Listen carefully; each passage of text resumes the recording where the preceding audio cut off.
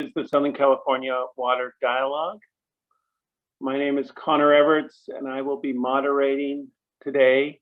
I am the co-chair with Dee Zink from the Metropolitan Water District. She will be doing the questions and answers that we'll get to later. We've got a few slides to tell you how this works, but I'd like to first acknowledge our steering committee, who's listed there. We all work to get you the next month's program, and we're always open for new suggestions for subjects as well. I also want to thank, before I go through these rules, our technical committee that works specifically to make this work, our coordinator, Kathy Caldwell, the Met staff, Gary and Joanne that help pull this together, and everyone else that makes it happen. All right, our groundwater rules. If you have technical difficulties and you're still able to get to the chat features on the Zoom, please let us know. To actually ask a question, you're using the Q&A feature. I'm going to type in a question and click and send the questions. Will be addressed after the presentation.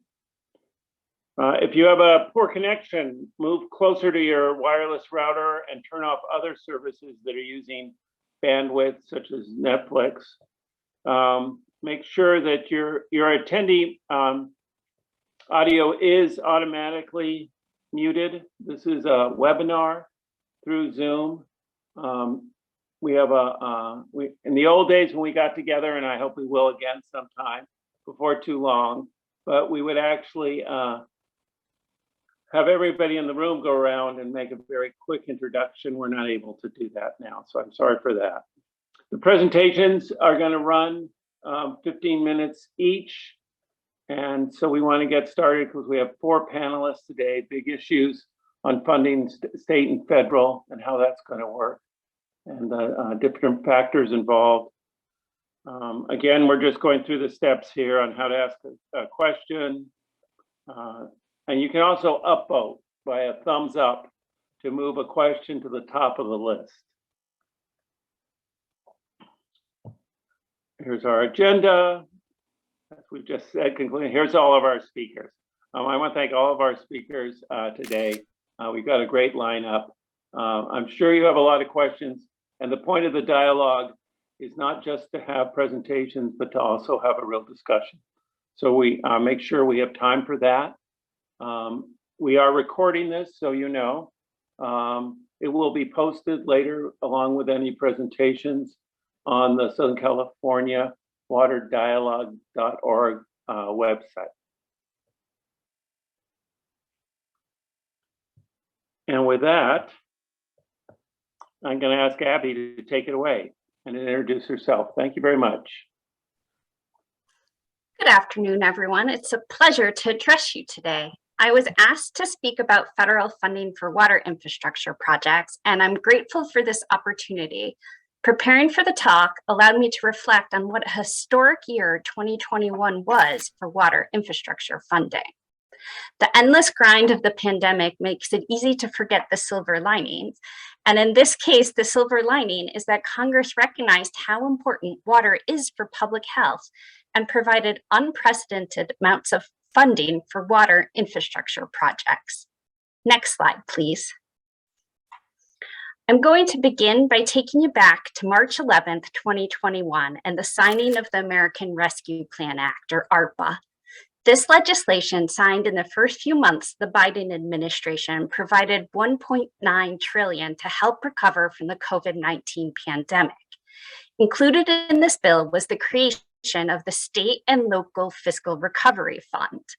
This $350 billion fund administered by the Department of Treasury for state, local, and tribal governments is historic. Never before, and perhaps never again, will the federal government provide such a large sum of money to local governments to stimulate the economy. Next slide, please. The formula for distribution of the funds was set up so that the largest states received the most funding. For once, California came out on top. We received more funding than any other state in the nation. The state of California received $27 billion, and I'm pretty sure next speaker is going to discuss this one in more detail. Counties in California, approximately $7.7 billion. Metropolitan cities, another $7 billion, and other units of local government, another $1.2 billion. While the state has already received all of its funding, counties and other units of local government have only received half of their funding. They will receive the final round of funding this spring. The Fiscal Recovery Fund is designed to both help with recovery from the pandemic and stimulate the economy. These funds can be used for 4 purposes, one of which is to make necessary investments in water and sewer infrastructure. The inclusion of water infrastructure was a reflection of how important these resources are in the pandemic. No other types of infrastructure projects except broadband were eligible to use these funds. And let me tell you, lots of other sectors tried to angle in and obtain this funding. Next slide, please. For water and sewer projects, Treasury interpreted the phrase necessary investments to mean projects that would be eligible for EPA's Drinking Water or Clean Water State Revolving Fund, plus a host of other activities, including lead service line replacement, climate change adaptation, dam and reservoir rehabilitation if the primary purpose of a dam or reservoir is for drinking water supply. And all of these funds must be obligated by December 31st, 2024, and construction must be completed by December 31st, 2026. Next slide, please. As you all know, Congress continued to fund infrastructure projects in 2021. After months of negotiation, the Infrastructure Investment and Jobs Act, or IIJA, was signed into law on November 15th. This bill, also known as the Bipartisan Infrastructure Law, or bill, funds all traditional types of infrastructure projects, including, again, water projects. The bill is often reported in the news as a $1.2 trillion bill, but that represents both authorizations and appropriations. Authorizations are just permission slips to go seek funding in future appropriations bill. Appropriations are real federal dollars. The IIJA includes $550 billion in direct appropriations over the next 5 years.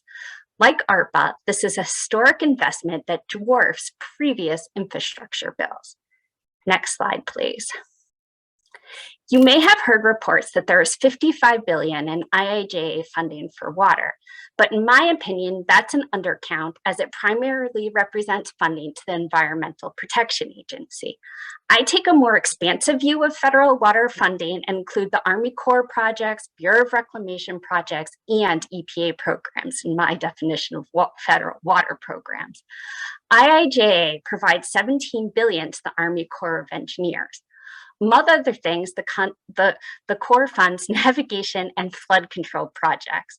As a water person, I would be remiss not to mention the Corps, as the agency plays a critical role in several projects in Southern California, including restoration of the LA River. I'm not going to take a deep dive into the Corps funding because it's very prescriptive. Your project is either already on the list and authorized to receive funding, or it is not, and you are trying to get your project authorized by Congress as part of the next authorization bill known as WRDA 2022.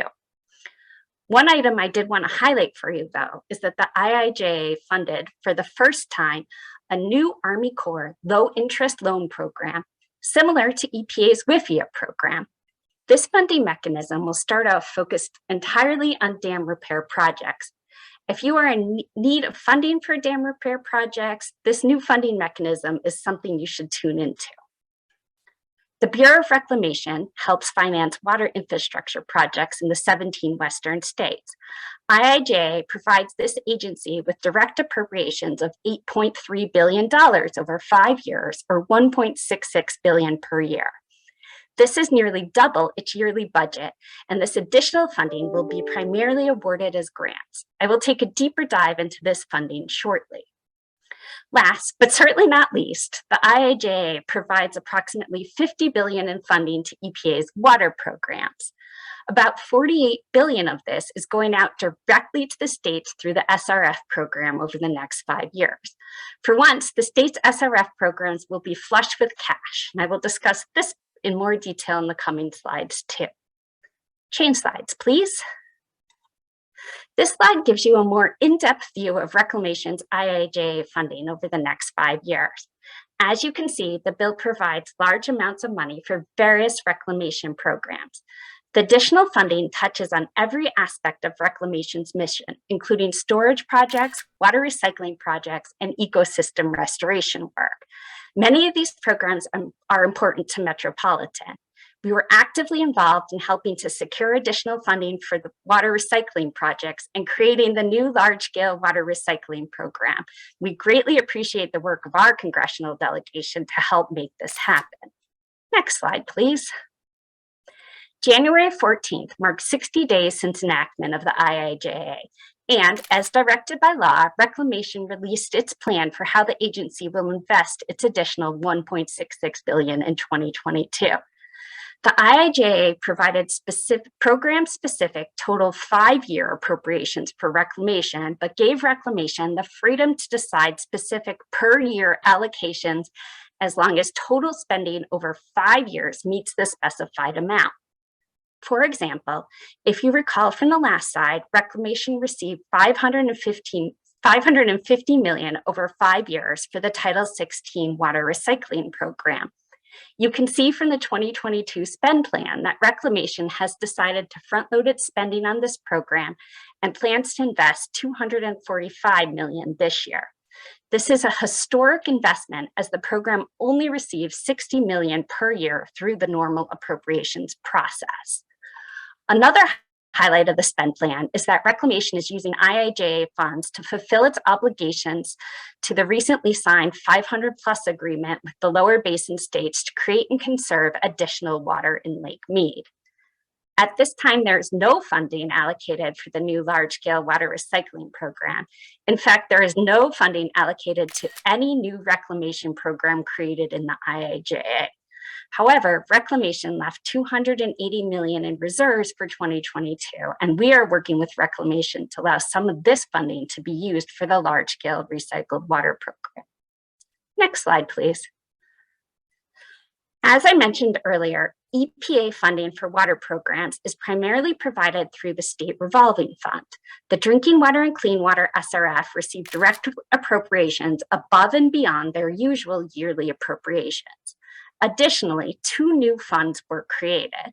The Lead Service Line Replacement Fund will be distributed using the Drinking Water SRF, and the Emerging Contaminant Funds will be distributed through both the Drinking Water SRF and the Clean Water SRF. 49% of the Drinking Water SRF, Clean Water SRF, and Lead Service Line Replacements funds must be awarded as grants or full principal forgiveness loans. All of the emerging contaminant money must be awarded as grants or principal forgiveness loans. Next slide, please. In December, EPA released preliminary allotment of funds to the states. Once again, California comes out on top. The state is set to receive $609.4 million for the SRF program this year, more money than any other state. This is in addition to the yearly SRF appropriations the state receives, and also the lowest amount of IIJA SRF funding that will be flowing to the state over the next 5 years. The IIJA phased in increases to the Drinking Water and Clean Water SRF, starting with $1.9 billion nationally for each fund and escalating to $2.6 billion for each fund in 2025 and 2026. EPA is currently developing implementation documents to guide states in the administration of these funds. Once the documents are completed, the SRF funds will be released to the states. It is anticipated the state will receive its SRF funding in what they sometimes call late winter and other times early spring. Whatever you want to call it, it's coming to the state pretty soon. Next slide, please. As if all of this was not enough, there are still more vehicles out there to provide additional federal funding for water infrastructure. There is, of course, the traditional appropriations route.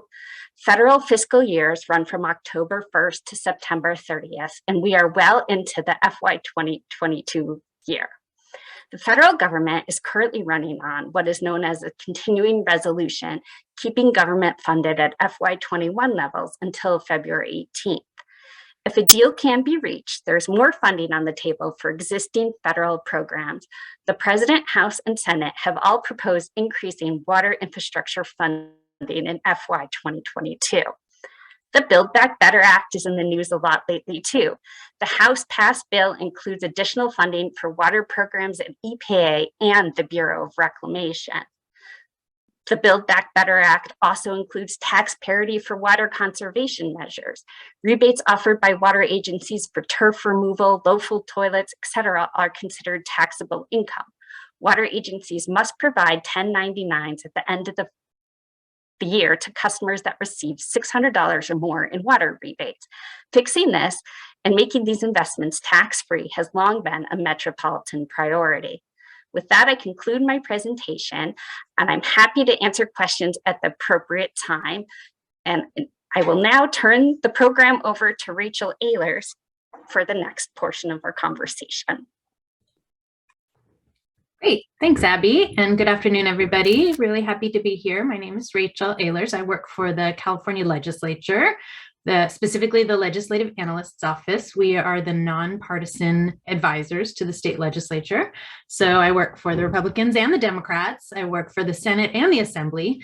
My office helps advise on the state budget, as well as policy issues. We put out various policy reports, typically in the summer and fall, but right now we're deep in budget land. So I am here to talk about all of the money, on top of what Abby just talked about, all of the state money for water that is flowing through the state right now.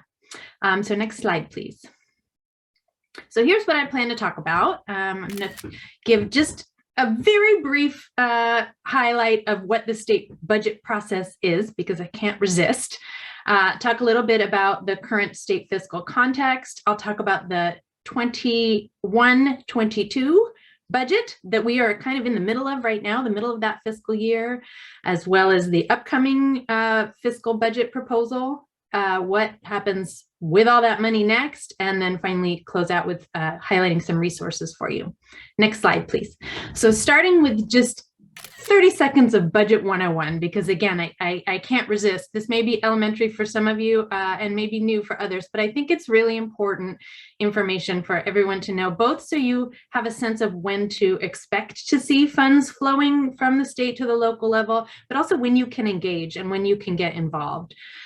So the blue boxes here are steps that kind of happen on the governor's side of things, the administration, and then the yellow is on the legislative side that I work for. The green is where they have to agree. So on January 10th every year, the governor introduces his budget proposal for the forthcoming fiscal year. So just less than 2 weeks ago was the proposal for the 2022-23 fiscal year that will start on July 1st.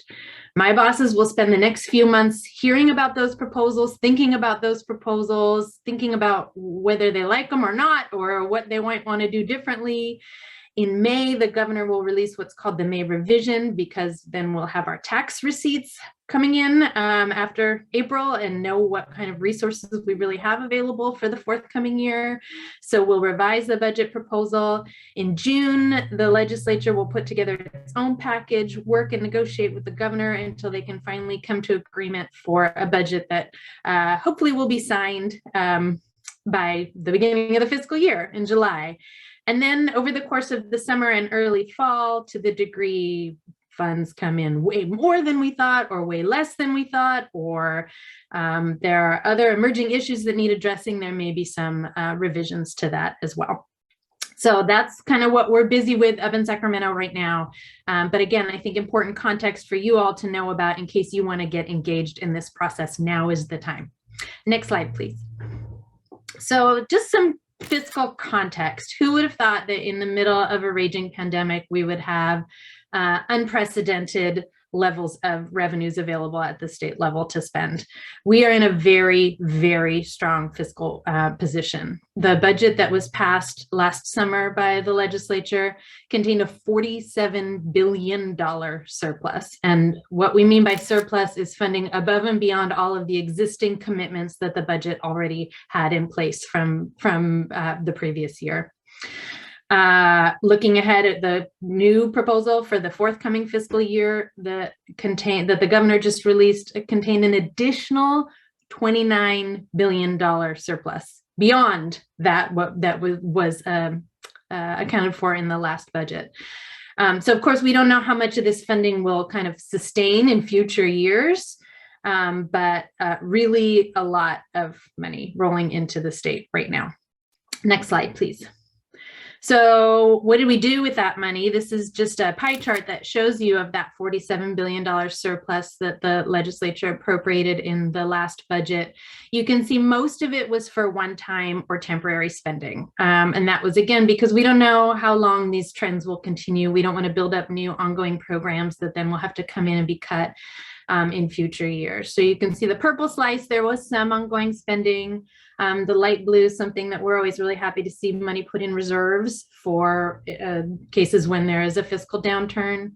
But most of it for one-time and temporary spending, including a lot of spending on water, which we'll talk about in a minute. Next slide, please. This is just another representation of how that money was spent. This is not just the surplus, but all of the ongoing general fund in the state budget, close to $200 billion of general fund, which is kind of our basic operating resources for the state government, tax proceeds. So biggest category is always schools and community colleges. Constitutionally, that has to be at least 40% of our state budget.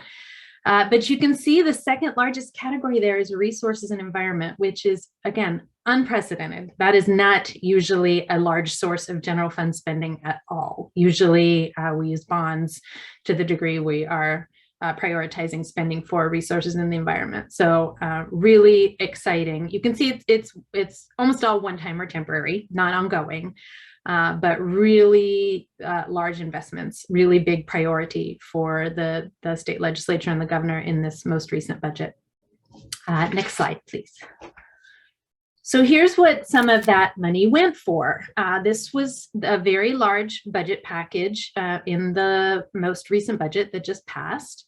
$4.6 billion for water and drought resilience, spread across 3 years, but you can see the bulk of it in this current fiscal year that we are in the middle of right now. This is almost all from the general fund, and I can't emphasize enough how significant that is for state spending from the budget. These are activities that the state has invested in before, but largely from general obligation bonds that voters have approved. And the big difference between bonds and general fund is, number one, we don't have to pay interest on general fund. So it really is a much better deal for the state, frees up that money that we would have spent on interest to spend on something else.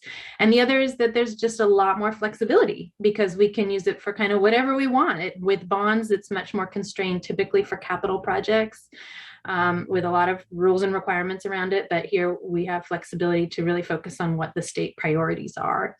So you can see quite a bit of money for drinking water and wastewater. Again, this is state money. This is separate from the SRF funding that Abby just spoke about.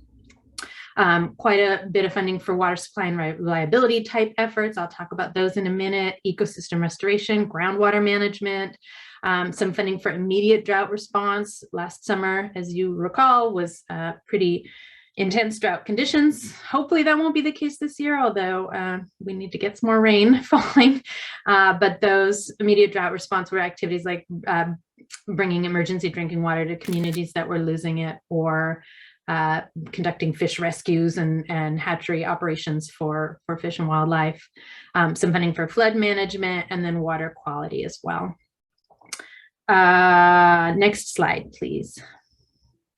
So I showed this big slide for two reasons. The first is just to give you a sense of the number of different activities that are in that $4.6 billion package.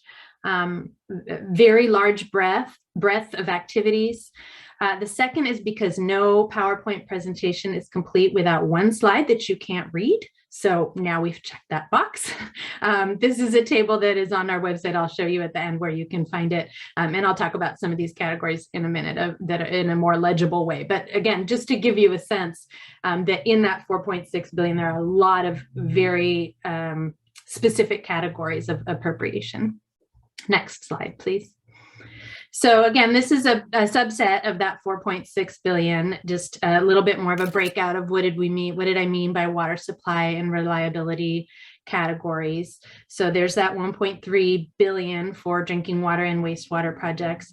I should also note that even though this funding was appropriated in one year, it will be spread across multiple years, likely in terms of how it is spent. There were several years available to the administering departments for spending the money and allocating the grants. Most of this money will be for grants. Some of it the state departments can use for projects, but most of this money will go out as competitive grants. So the urban and multi-benefit water projects, that 300 million is being administered by DWR. They are already accepting applications. They've already awarded grants for some of those projects. They're really trying to get that water out the door quickly. These are for infrastructure upgrades. SGMA, Sustainable Groundwater Management Act implementation. These are grants to implement some of the groundwater sustainability plan activities. Groundwater cleanup and recycling and water recycling. These are grants through programs that the State Water Resources Control Board administers. The water conveyance repairs, those are not grants. Those are activities that the Department of Water Resources is granting directly for repairs on 4 specific canals: the California Aqueduct, the Frank-Kern Canal, the Delta-Mendota Canal, and the San Luis Canal.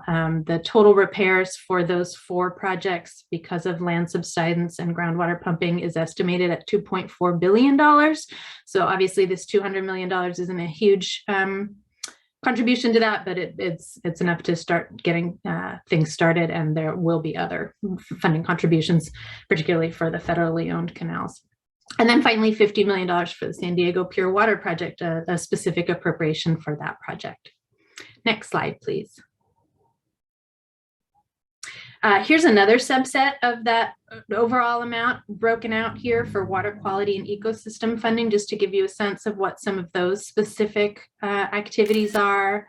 Water resilience projects. This is a new grant program that's going to be administered by the California Natural Resources Agency, specifically for projects in the Delta, San Joaquin River and Sacramento River and tributaries, really trying to improve habitat conditions in a way that hopefully will help improve conditions for fish and wildlife, so that it's not just water flow that they need, but also other activities that are helping improve the resilience of the habitat conditions in the Delta and its tributaries. Stream flow for the environment, a new program that the Water Conservation Board is going to be administering. Additional funding for resilience for fish and wildlife, more funding for the Salton Sea, more funding for the LA River restoration, funding for the Water Board to administer a new program addressing PFAS contamination, and then funding for Border Rivers water quality. So again, just giving you a sample of the breadth of activities for which funding was provided. Next slide, please. So in addition to that $4.6 billion water package, there are some other areas of funding in this current budget that was passed by the legislature last summer that I wanted to raise for you. There was a separate budget package related to climate resilience that included funding for activities to address extreme heat and sea level rise and some other activities. But some of it did have overlap with water here. You can see almost 800 million for quote unquote multi-benefit and nature-based solutions. That's still a little TBD what that funding is going to go for, where that's part of the ongoing budget negotiations right now to specify, even though that money has been provided, exactly what it should go for is still being worked out. 500 million for coastal protection and adaptation projects. That's going to be administered by the State Coastal Conservancy, primarily through grants. And then about 400 million for the Wildlife Conservation Board for fish and wildlife projects. In addition to all this general fund, we've still got bond funding from previously authorized bonds. So this most recent budget included $572 million from Prop 1 and $240 million from Proposition 68 to continue the ongoing programs and grants that those bonds were funding. Another round of funding for the Safe and Affordable Drinking Water Fund from SB 200, which passed a few years ago and provides that ongoing stream to address drinking water issues. And then some funding also for the Department of Fish and Wildlife, both one-time and ongoing, to address some of their priorities, including the California Endangered Species Act implementation, which they have not had sufficient funding to really address their responsibilities and have gotten a boost there. Next slide, please. So all of that, again, is from the 21-22 Budget Act that was passed July, amended September. We're in the middle of that year. That funding is starting to go. But now here came January 10th, and we are again in the budget process with the governor having released his proposal. And here are some new proposals that are on the table for the forthcoming fiscal year. Really, it's not as much as last year, but there's a big chunk here for drought response activities, or what are characterized as drought response. I think some of these seem like a little bit addressing future droughts, not necessarily current drought, and includes this $250 million that's sort of a placeholder to wait and see how the hydrology develops over the spring. So these are proposals that the legislature is in the process of kind of considering now for the forthcoming budget year. Next slide, please. This is just touching on the federal funding, the SRF, State Revolving Fund funding that Abby mentioned. These are 5-year numbers, but those 4 specific programs, the Drinking Water Fund, the Clean Water Fund, and then these 2 new categories for emerging contaminants and lead service line replacements. And as Abby mentioned, the first tranche of funding will come to the state. We heard from the water board maybe this fall, but maybe earlier, maybe late winter, we'll see. And that won't flow through the state budget process because it kind of goes straight to the water board. They have what's called continuous appropriation authority to get those funds out the door. So when they get them and are ready to go, those will be online this year. Next slide, please. So next steps, all of this funding is in the process of being administered and allocated by state departments. So you should be seeing opportunities to apply for grants already. For some of the newer programs, they're still developing the grant guidelines and application processes. For some of the existing programs that just got a new tranche of money, those should already be starting to be available. The legislature is not only busy thinking about the next budget, but also really emphasizing oversight over that funding and the big funding that was already approved. But how is it getting used? How quickly is it getting out the door? Are there barriers to implementation that the legislature needs to get involved in? Is there really high demand for some programs, in which case maybe some additional funding might be helpful sooner rather than later? So I think that we will be spending the next several months and year or so overseeing how that funding is being allocated. And certainly if there is feedback you have on certain programs and how they're going, that is something I think the legislature would be interested in hearing as well. Next slide, please. So finally, just some resources for you. And again, these slides will be up on the Dialogues website, but here's a link to my office's website, lao.ca.gov. There you can sign up for an email subscription list just for resources and natural resources and environmental protection related publications we put out. We are analyzing the budget right now, and we'll have some things to say about that drought package, hearing handouts, that sort of thing. You can get emails when we publish things. Here are a couple lists of where you can find some of the resources I've talked about today. The Department of Finance website, that's the governor's department that puts out the budget. So anything you want to see about the budget proposal, that's where you find it. And then I'll just add this last reference here to the California Budget and Policy Center. They've got this great report that really walks through very slowly what the state budget process is, how it works, and how you can get involved. So just provide that as a resource if you want to know more about the state budget process. Final slide, please. And with that, I am happy to pass it on to Jose Solorio, who will talk about his work at the California Water Commission. Looking forward to the discussion. Thanks. Thank you very much. I appreciate the introduction. My name is Jose Solorio. I'm here to talk about lessons learned on the water storage investment program. This presentation is by me. They're largely my opinions and reflections. Sorry about that. Couldn't find the video button, but thank you, staff, for alerting me. So I have a presentation here about lessons learned on the WISIP program, the Water Storage Investment Program, Proposition 1. Let's go to the next slide. With lessons learned, you got to think, where do you start, and where are we connected to this issue? This image is a fun image. It's entitled Manta de Agua. It's a cloak that was researched, and it was a symbol of water on cloaks used by Mayan religious and community leaders. So there's always been a fascination with water and how it's connected with life. And so that is something I want to share with you, because at least here where we're at in the Southwest, a lot of our roots are indigenous, and water history goes way back, a lot of lessons. Next slide. Here in California, after those years, we started to see settlements, and we started to see historical records that include things such as average annual precipitation.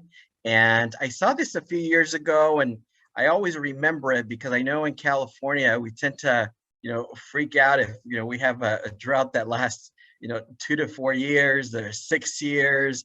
Well, guess what? We've had droughts as long as 100 years that have been recorded here in California.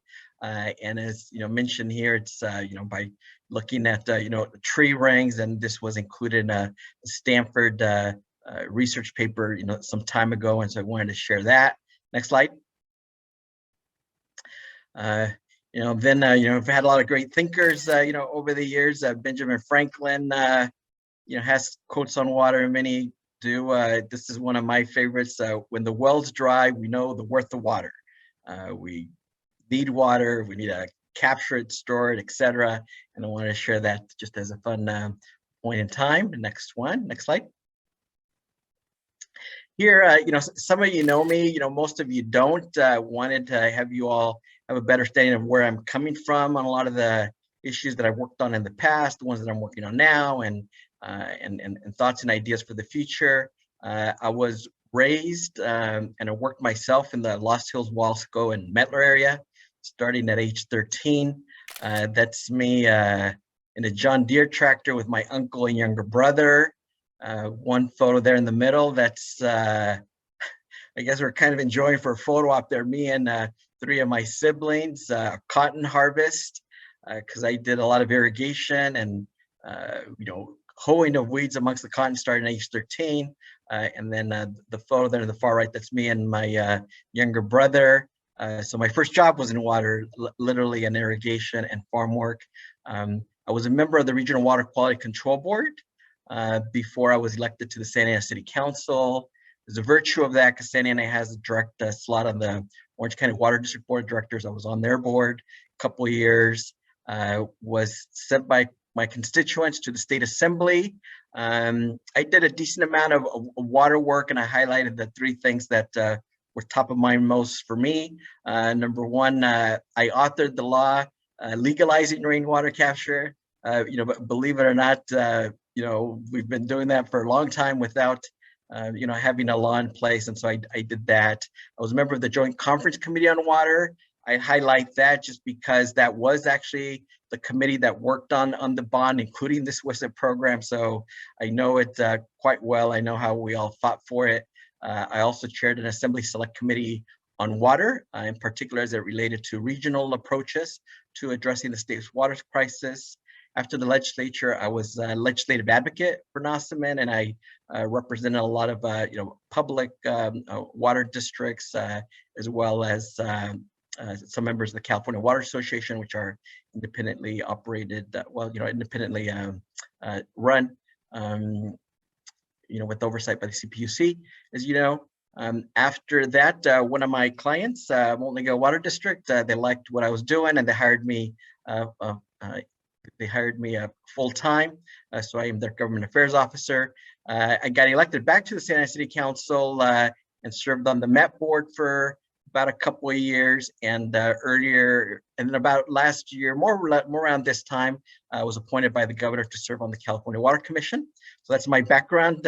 Not sure if I'm water buffalo status yet, but I started young, and have done quite a bit over the years, and I've learned from many of you as part of this process. So I thank you for that education. Let's go to the next slide. In the legislature, and even up until now, I like to talk about the 3 C's: capture, conveyance, and conservation. We need to do all of them. It's part of the all of the above strategy, and I'm a big believer. And obviously, when we're talking about the WISP program and storage, it's about capturing the water that does fall. Next slide.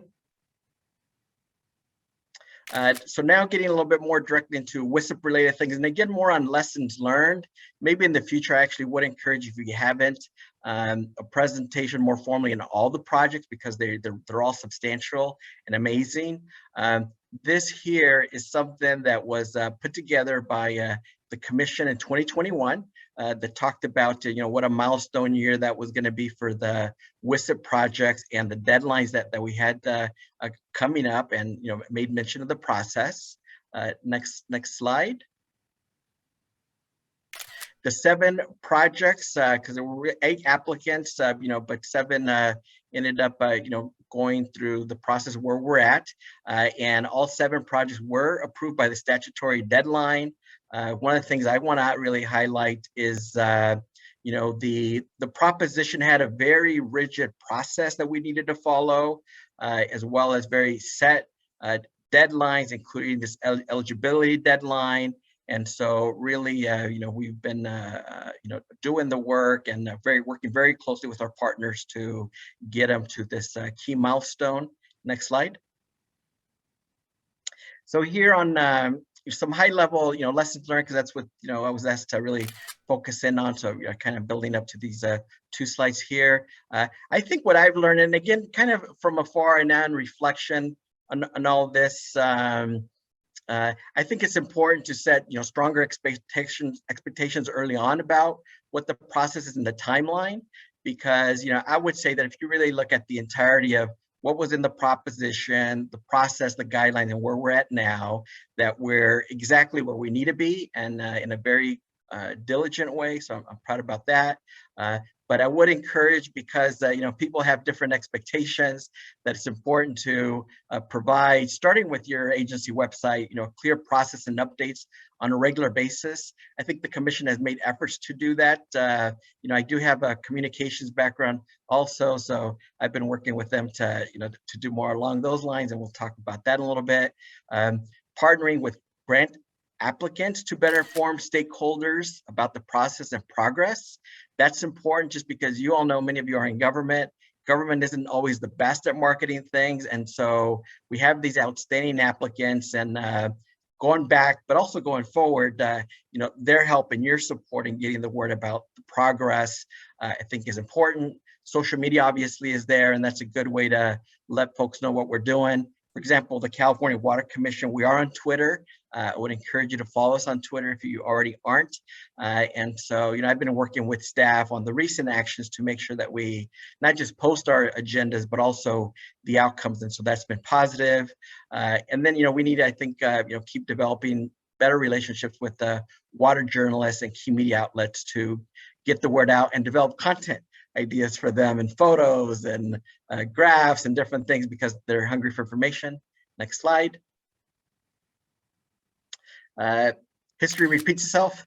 We know that, and so we know that there'll be future program in the future where they'll say, hey, why weren't you all, working faster, kind of thing. But here in California, we know quite well, especially you, that large public works projects can take years, sometimes decades, to get approved, permitted, funded, and constructed. Definitely, government can always become more efficient, including state government. But oftentimes there are projects like this where really the pace of our work is directly linked with the progress that the project applicants themselves are making. So really, we're at the point because, all these projects, they're getting permits, they're getting their financing, they're getting their board approvals. And so if they can move quicker, we could move quicker. But I think we've kind of just been walking hand in hand and meeting all the timelines. So I would say, we're on time. We can't change past actions. We can only take the best actions now. And so I think we all are at the commission, including staff and commissioners, trying to do better in educating the public on the process, and being a little more quick on some things if we can be. I'll tell you that as a new commissioner, last year we started hearing these projects, and I would be quick to make the motions to move things along if I felt we need to. And I've been really pleased to support all these projects. And then, probably the biggest lesson that I've learned is we have very dedicated, talented, and caring staff and commissioners at the California Water Commission, and we listen. I also mentioned to our executive director that we will get, more, speaking requests, and he himself, Joe Young, who's the executive director, very willing to share his thoughts and expertise as well to this group and others. And to the right, by the way, that's a very nice press release that was done highlighting that all the projects passed the deadline, and excellent information overviews on each of the projects. You could find that also online. Next slide. Which is just to say thank you for your attention and inviting me. You can find more information at that website, or just Google California Water Commission WISP, and you'll get all kinds of information. I'm also very thankful to Governor Jerry Brown and the legislature for their leadership on the water bond. That's a photo of us at the Orange County Water District, where the governor came down to talk to us about Prop 1 and Prop 2. And then finally, I want to thank the governor and his administration and the leadership for their continuing work. And I'm really pleased to be here with all of you. I know there may be questions at the end for me, but we're taking questions after all the presenters. It's now my pleasure to introduce Alessandra Nehera with the Water Foundation. Thank you. Good afternoon, everybody. My name is Alessandra Nahara, and I'm a program officer with the Water Foundation. I work on our Healthy Communities team, which is currently focused on ensuring all people have access to clean, safe, and affordable drinking water, and also seeks to help communities adapt to a changing climate. Many of you are likely already familiar with my colleague, Alex Paxton, who heads up our Los Angeles program and works regularly with many of the people I see on this call. I'm here with you today because my program currently focuses on aligning state and federal programs to ensure funding reaches the communities that need it most. So I handle a little bit more of our federal work, supporting safe drinking water and environmental justice grantees across the nation. On today's call, I'll be focusing a little bit more on California programs while sharing a little bit about the federal programs that are of interest to the philanthropic community and to the nonprofit community. I know that Abby and Rachel have already given fabulous summaries of some of the funding available to our state across the program. So I'll be zooming in a little bit more on a few of these programs that are important to our organization.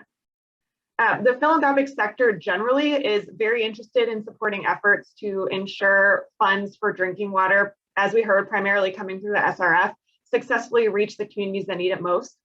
And thus far, a lot of the strategies that have emerged are focused first on technical assistance efforts and community engagement. So this will be exploring innovative techniques to help systems access funds, particularly systems that have struggled to access funds in the past, and ensuring community perspectives are able to influence the types of projects that receive funding and that their voices are included in the process. Next slide, please. So just nationwide, I wanted to give a tiny bit of additional federal policy context on the environmental justice movement that is currently gaining steam at the federal level. The Justice 40 effort is a framework included in a recent executive order issued by President Biden that states that certain federal investments must provide 40% of the overall benefits to disadvantaged communities. The clean water and drinking water SRFs are two of several priority areas that the administration has identified for this investment, which again is 40% of the overall benefits to disadvantaged communities. Now, how these policies will work are still under development, but as we know, these are really important policies because recent analysis by organizations like the Environmental Policy and Innovation Center and University of Michigan recently found that federal funding to help drinking water systems invest in infrastructure generally doesn't reach communities in the greatest need. And there are also significant racial disparities in how this funding is distributed. Now, a number of our community advocates have been saying this for years, but it's wonderful to have analysis and attention to this issue finally after all of their years of work. Finally, the SRF funding is of major interest to the philanthropic community, just given the sheer volume of the funding that we've already heard about, and because of this Justice 40 prioritization opportunity. Next slide, please. The good news is that while there is still plenty of work to be done here in California, I would say, having worked with a number of groups across the nation, California is in relatively good shape due to the hard work that we've all been doing on the SAFER program and the process to identify systems in need. So as you heard recently, there's a huge amount of SRF funding available. We have heard that the total could be nearly $6 billion coming to California through the SRFs in total, which would require potentially nearly $1 billion in state matching funds. So it's hard not to think about the opportunity presented by the budget surplus that we heard about earlier in leveraging this available funding.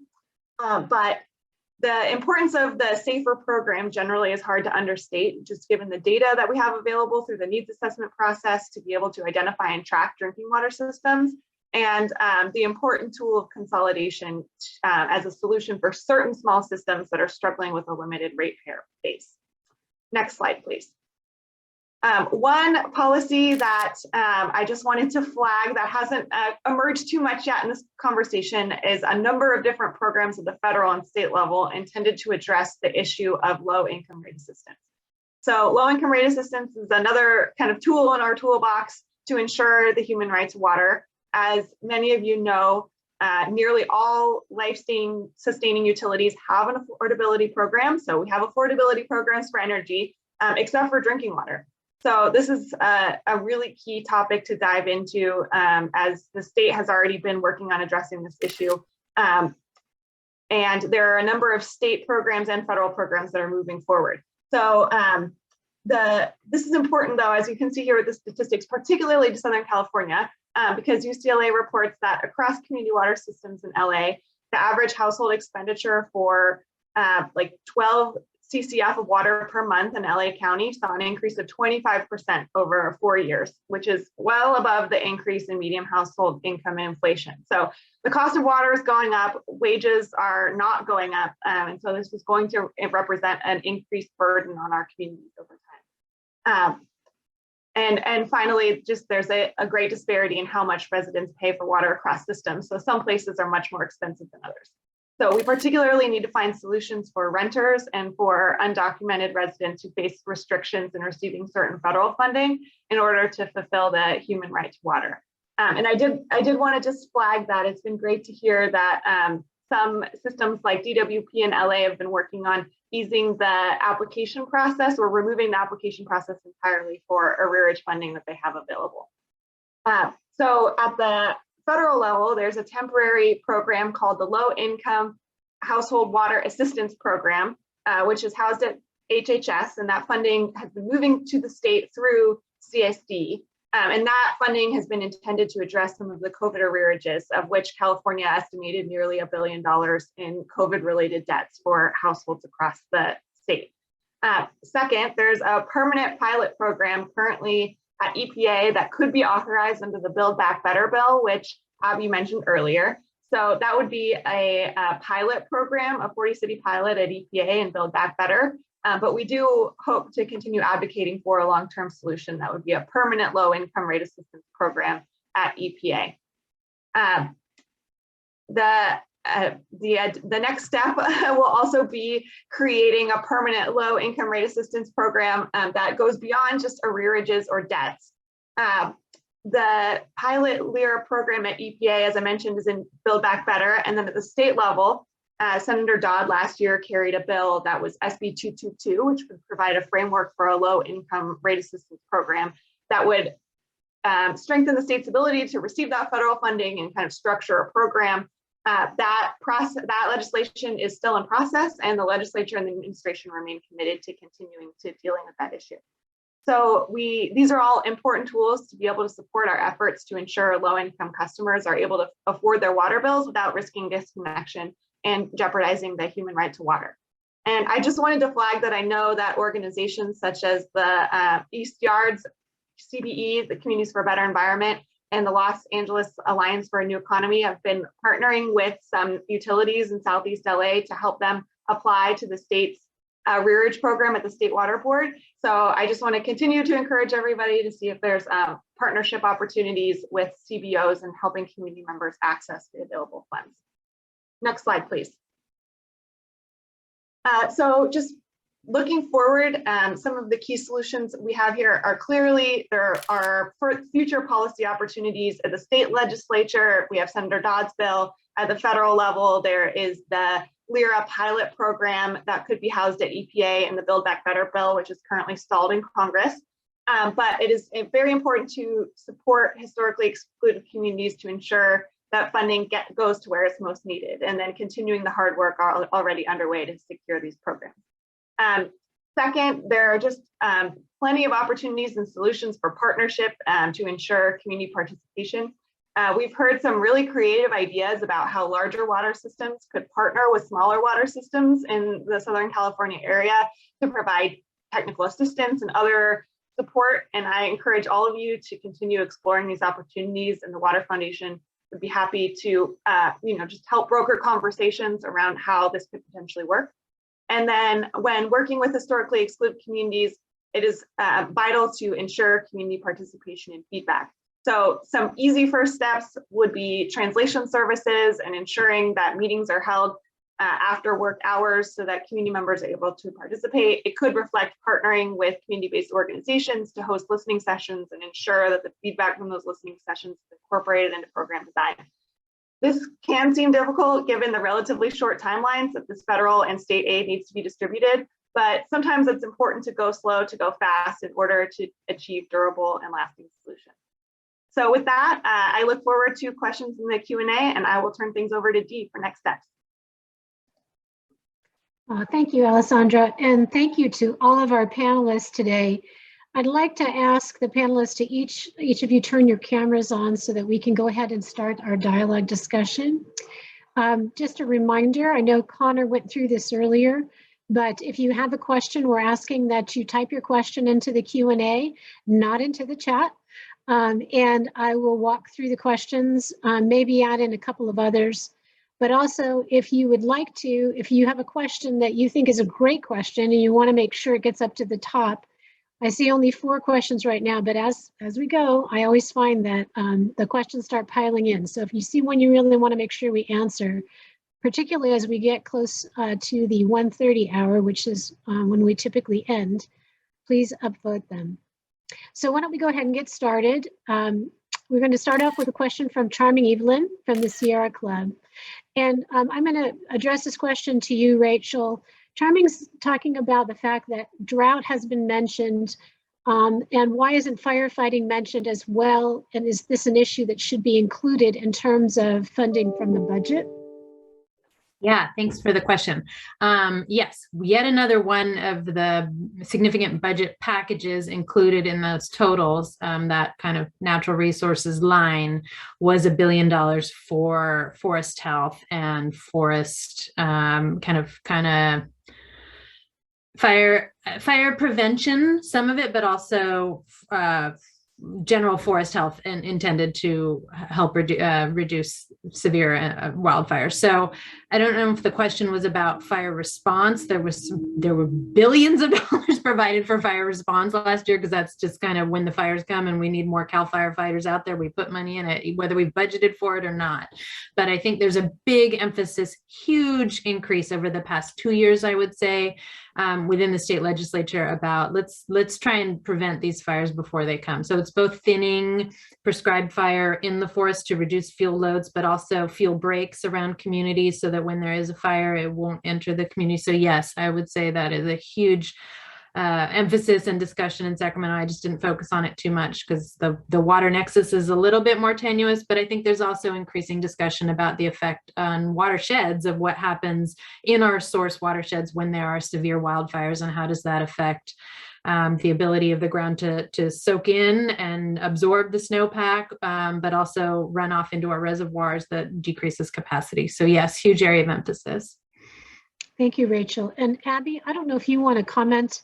There's been some federal funding and federal programming to try to assist in this effort, but I know you weren't prepared to talk about that today. Yeah, So I agree. There is pretty much exactly what Rachel's talking about at the federal level in the Infrastructure Investment Jobs Act. And I was just looking through my charts, and I don't have it handy right now, but I know for the first time the feds had been something they've been talking about for a long time, and it's also in there. I just didn't focus on it for this talk. Great. Thank you, Abby. Okay, let's go to the next question from Diane Wallace. And by the way, Diane put in the chat that she loves our panel today. So kudos to all of you. And thank you, Diane, for the compliment. Her question is, will the state aqueduct solar project study be looking at the entire aqueduct? And will it also address the security of the aqueduct? Rachel, I don't know if you're familiar with the study and can answer this question, but if you could give it a shot, we'd appreciate it. Yeah, I'm trying to remember. I think it was $20 million that was provided for this pilot project to see about the feasibility of putting solar panels kind of over the aqueduct to both kind of protect the water from evaporation, but provide shade, but also generate electricity. So it's not for the whole aqueduct. It's just a pilot project to kind of see how it works, proof of concept, before we invest more funding in it. There was no funding provided specifically for security over the aqueduct. And then the other piece that I did mention is the funding for some repairs for subsidence. Thank you, Rachel. And if I didn't mention this earlier to our panelists, if you have something you want to add to a question, just please unmute your mic and join in. I'm going to direct this next question to Alessandra. Lynn Planbeck is asking about the funding for lifeline water rates for public agencies. And she's been trying to work on this issue. She represents a water district that is a wholesale water provider, I believe. And Lynn, you can chat more if you need to, but running into challenges on lifeline rates because of Prop 26. We know that Prop 218 at the city level has been a challenge as well. So could you speak a little bit about that, Alessandra? Sure. So the programs that currently exist are kind of more focused on the COVID debt arrearages, but I still encourage you to encourage your staff to look into the State Water Board's arrearage program, a link to which I can put in the chat. And then the CSD also is administering the low income household water assistance program that I mentioned. So those are the main funds that are available at this current moment. And then hopefully, as I mentioned, the Dodd bill will continue to move forward. And there is the pilot low income rate assistance program in the Build Back Better bill. And those are more permanent long-term programs that go beyond COVID debt response. And I also think that there might be a few other folks on this call who might have additional answers from the perspective of a wholesaler. And Abby, I saw you nodding your head. Did you have anything to add to what Alessandra said about federal funding for this type of program? She sort of nailed it. There's a lot. We're also waiting when it comes to conveyance and the solar projects. It's all sitting out there in the Build Back Better Act. So we're sort of waiting to see where we go with that. Okay, and I don't know if you can see that Lynn has added to her question in the chat, but go ahead. I want to call you Director Solario because for a while, Jose Solario also served on the Metropolitan Board. So you have many, many titles in front of your name.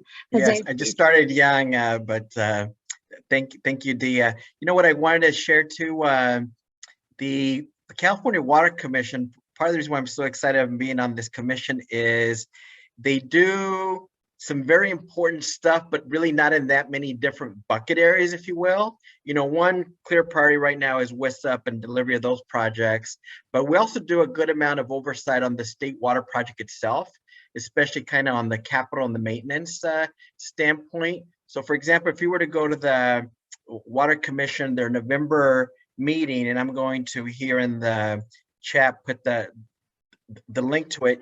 You'll see some really fascinating reports from DWR and the folks that work on the State Water Project on like real projects that they're doing now, whether they be solar related or liners, different things. Also some fascinating studies about how do we really look at climate change from the perspective of how do we start designing things differently now, and measuring and planning for it. And there's a lot of really good work being done by the state and its partners. And so really, if you're interested in the State Water Project and construction and CIPs and stuff, the California Water Commission is another great place to look for that kind of information. Thank you, Jose. Did anybody else have anything they wanted to add? Okay, then I'm going to move on to Evelyn Wendell's question. She asked where the best funding opportunities are to support water quality and more specific data gathering and communication support. And for those of you who don't know Evelyn Wendell, she represents an organization called We Tap, and they promote the value of tap water. I can start with that one, and then maybe Alessandra's got some ideas too. I mean, where I would say in terms of the state agencies is the State Water Resources Control Board. That's the state department that kind of works on water quality. In terms of which funding pots or availability, I think some of it would be the Clean Water SRF State Revolving Fund that has federal funds, probably has some opportunities. As I mentioned, there's this new project around PFAS, contamination, water quality specific there. And then the SAFER program, if it's like a small community contamination issue for drinking water specifically. So those would be my suggestions of the programs to look at, but really starting with the State Water Resources Control Board. They've got a lot of different grant programs. And yes, and I would agree with Rachel's assessment. I would just add that if there are nonprofits on the call who are interested, there are a number of funders interested in supporting how this federal funding will move through nonprofits. And I would say that, at least in California for right now, feel free to reach out to the Water Foundation. Is probably the best arbiter, at least for what funding is available through the philanthropic sector. Perfect. Okay, thank you. Our next question comes from Cheryl Fowler, and she's asking about water quality and ecosystem funding, specifically stream flow for the environment. Is the funding focused solely in the Delta, or is there funding available for more broadly than the Delta area? So Rachel, can you pick that up? No, that program is not Delta specific. So it's being administered by the Wildlife Conservation Board. I think I think of it as a new program, but I think they do have an existing stream flow grant program. And I hear that they are going to administer it through that existing program, so they don't have to go through kind of creating all that bureaucracy of a new program, with some tweaks though, because of how the program is structured. But I think it's really intended to do things like be able to buy a water right for the environment to keep water in streams and rivers and that sort of thing. So no, that program is not exclusively Delta. Okay, thank you, Rachel. The next question that we have, actually, it's Charming is responding to earlier, thanking you, Alessandra, for bringing up environmental and social justice. So the question she's raising, and I think maybe, Jose, this is to you as well, is where's the focus on tribal consultation and social justice concerns around the projects? And if I'm interpreting this correctly, I think Charming's asking about the storage projects that have been approved through the Water Commission. And I don't know if you can respond to that, Jose. Yeah, I'm a newer member to the commission, and I'm just now starting to understand and appreciate our relationships with our tribal leaders. I know when we had some tribal leaders, I think at both our November and December meetings, we heard from them, we engaged. I know staff previously and ongoing continue to have dialogue. I think we gotta keep making a priority to have early and ongoing dialogue with our tribal leaders. process and what happened before. Again, I can't speak to the past. I can only speak to the fact that it's an issue that's important to me and a constituency that's important to me. And if I can ever be part of a liaison to make sure that the California Water Commission or any other group do its proper due diligence and communications, I will make every effort to do so. I know then I spoke of Mexican Americans.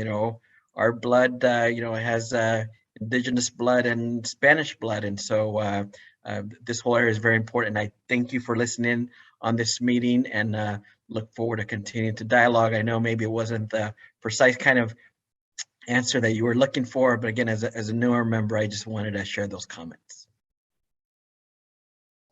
Thank you, Jose.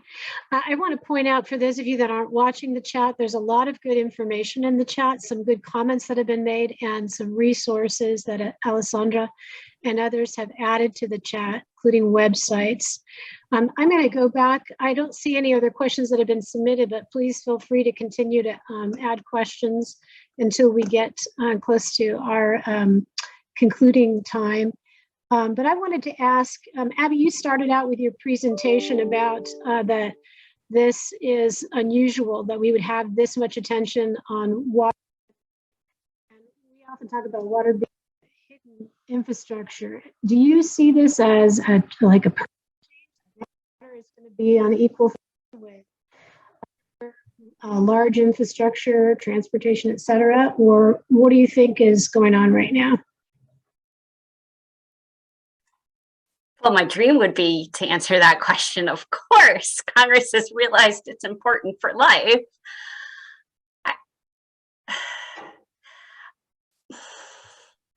I mean, it's hard because something like transportation has very regular 2-year bills that always have to go through Congress. And water does in the terms of WRDA, but they can keep that very narrowly focused. Just as Army Corps, there's no regular water bill that has to be more expansive than that, whereas there is for transportation infrastructure and other things. So that makes it more challenging, I think. And I had another thought there that I have just forgotten, but that's sort of the big issue, is we don't have as regular a vehicle, but we certainly have the bad grade for our investments. And then, oh, this was my other thought. It's easier there because there's one agency, right? There's the Department of Transportation. Water, as you get the sense from this call, is diffuse, right? Like, I thought I had covered all the topics. Then I'm like, oh, right, there's the forest angle. Oh, there's the tribal angle. Oh, like I deliberately left out the low income angle when we added Alessandra. Like it's so much broader that it makes it harder to say, yes, Congress is going to stay focused. It's sort of so broad, I think people sort of give up or walk away or just get in their niche. Thanks, Abby. And I'm going to go to Jose, but I was going to go to you anyway. So I'm glad you popped up there. So whatever you're going to say, will you add to it? How do we get the legislature's attention as a former legislator on these huge investments that transcend sometimes their service in the legislature? Yes. And an excellent point, because for example, again, I was there when we drafted the first water bond. There was a couple of punts because of the economy. You might remember, the Great, Depression and all that. So really, by the time then it actually made the ballot and this implementation period, there's very few folks doing the oversight piece. I'm proud to say that when this new generation of water commissioners were going before Senate approval, there's some legislators from my era, that they're watching us. And so I'm glad to see the oversight, and it's one of the benefits to these longer term. So hopefully that'll be helpful. But two things. Number one, on what I wanted to say, of the 7 projects, 2 are in Southern California, and they're of a good size. There's the Willow Spring water banking conjunctive use project. They're eligible from us for the public benefits portion, $393 million. That's real money. Something else too that isn't as common in law that I like to promote is we've already done for all these groups about $100 million in early funding that's helping pay for all their work. So, for example, that project has already received an early money $5 million. We also have the Chino Basin Conjunctive Use Environmental Water Storage Exchange project. That one is also 350 million plus, and they've been early funding. They've received $9 million, and again, that's money that they already have. So this idea that we haven't been putting dollars out or doing good work, a lot of folks just unfortunately don't have the information or understand the process. Back to your point, and we have limited time. I think we all need to rally around the big recycling project that Met is working on. And making that a priority, not just for Matt, but for everybody, because I think we're all going to benefit from it. And so I know I've talked to our agency leadership, and I'm excited to talk to others about how we can all rally around that and make that project happen, because that's a project too, like these projects, the timeline is similar. And my friendly challenge is, let's see how many WISIP projects we can get built, and let's see when and how we can finance and get built that major recycling project that Met is working on, and that the new general manager is doing a fantastic job of spearheading. Well, I'm going to take the Q&A privilege and say I agree with the comments just made by our last speaker. We have a couple more questions, and I'm gonna make sure we get them all in. First, I'm just going to respond. Cheryl Fowler's asking about our presentations. I think Connor said this earlier, and we will post it at the end. But all of the presentations, including this recording, will be posted at the SoCalWaterDialogue.org website. And we'll flash that up on the screen at some point, and maybe someone on our team can go ahead and type that in as well in the chat. And then I see a question, Rachel, from Carlos Moran. And thank you, Carlos, for moving over from the chat to the Q&A. That helps me quite a bit. So this question about, are the state budget allocations planned for the DWR's IRWM program? And I meant to stop a few of you and ask you to explain some acronyms, and I forgot about that. But maybe you can explain that too, Rachel. Yeah, so IRWM is Integrated Regional Water Management, and that is a program that has been funded through several different bonds and several different rounds of trying to bring groups together in a region and plan regionally for water projects. In terms of that particular subset of the IRWMP program, I'm not sure. It has been funded by Proposition 1. There is still Proposition 1 funding that hasn't been fully allocated, so I'm not sure if if there's another kind of round of that embedded in the Prop 1 money that's still moving. There was not additional new money for that program in Proposition 68 or in the general fund package that just went through. But there may still be some Prop 1 money moving through, and I apologize. I haven't tracked that specific program to see if there are still some additional unappropriated Prop 1 dollars going through there. Thank you, Rachel. And then we've got another question now by Pierce Swan. And this is to you, Alessandra. He's asking about the consolidation and opposing the most expensive projects, often unneeded, like ocean desalination, are important. I'm reading Pierce's question just in case you guys are wondering why the stilted language. They are important tools to keep water affordable. We should task larger districts with experience in addressing some of the problems in disadvantaged communities, with the state reimbursing costs for doing this. Alessandra, I think you alluded to that. You've heard some creative ideas recently about how some larger districts could help smaller districts. Could you illuminate on that a little bit? Absolutely. So I think it's been important to note that the SAFER program hasn't tried to, promote a one-size-fits-all solution. Consolidation is one tool, but it doesn't work for every single water system. There have been kind of more formalized programs like the administrator program that seeks to do some of this assistance process. But I think there are also ways that are kind of even smaller scale than the administrator program, where larger systems could provide technical assistance to smaller systems, but it will require some creativity, particularly around liability questions. But I absolutely think we should be exploring all of these tools that we have available to us. And I think it will require all of the expertise that the folks on this call has to solve the challenges facing some of these small systems. Thanks, Alessandra. And then I see we have a follow-up, Rachel, on future funding for the IRWM program. Can you respond to that? Yeah, it will depend on what's included in future appropriations. As I said, there wasn't money for IRWM in the big general fund package. I don't think there was any in Prop 68 either, but I'd have to double check on that. But so I think whether that will just be a decision for the legislature or the voters if there's another bond that ends up being proposed. But there wasn't funding explicitly for that program in the recent general fund water package. And just so I can make sure we're being clear, that's neither the package for the 21-22 fiscal year or the proposed package that the governor just released. Correct. So you're going to need to contact your legislator to encourage them to weigh in on that, sounds like.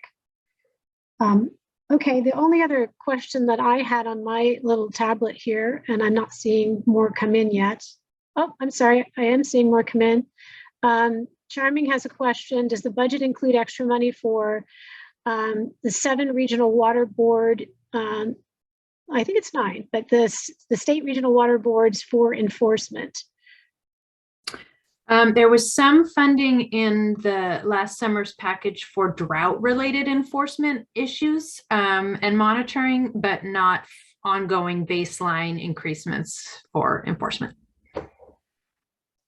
I think the agency funding continues to be a challenge in a few different areas, both at the state and the federal level, in terms of moving forward on programs. So I'm sure there'll be more discussion on that as we go forward. Okay, the only question, Alessandra, you referenced, speaking of acronyms, you referenced the SAFER program, and I don't know that everybody's familiar with that, and I thought it might be good for you to explain that. Sure, sorry, I had to make sure I could get off mute. So the SAFER program is just kind of the name that they've built. It's the Safe and Affordable Funding for Equity and Resilience program at the State Water Board that houses a number of the different drinking water and human rights water programs that the State Water Board has. So it's designed to ensure that Californians have safe, affordable, and clean drinking water.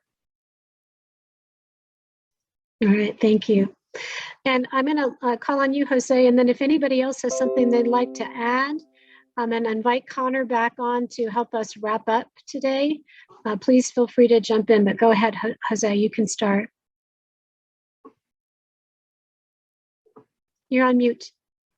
Real briefly, just to help fill in time and get good content out. The commission was also asked by the administration to work on groundwater trading and safeguards for that. So there's some good white papers and information on our website about that. The administration also asked us to study what the state's role is in regional conveyance projects, which I really like that because I think it's just kind of a sign of more things to come on hopefully more dollars for regional conveyance projects so we can move water around to where it needs to be. And then finally, we were just recently, like over the past month or so, asked to look at droughts that are 6 years or longer.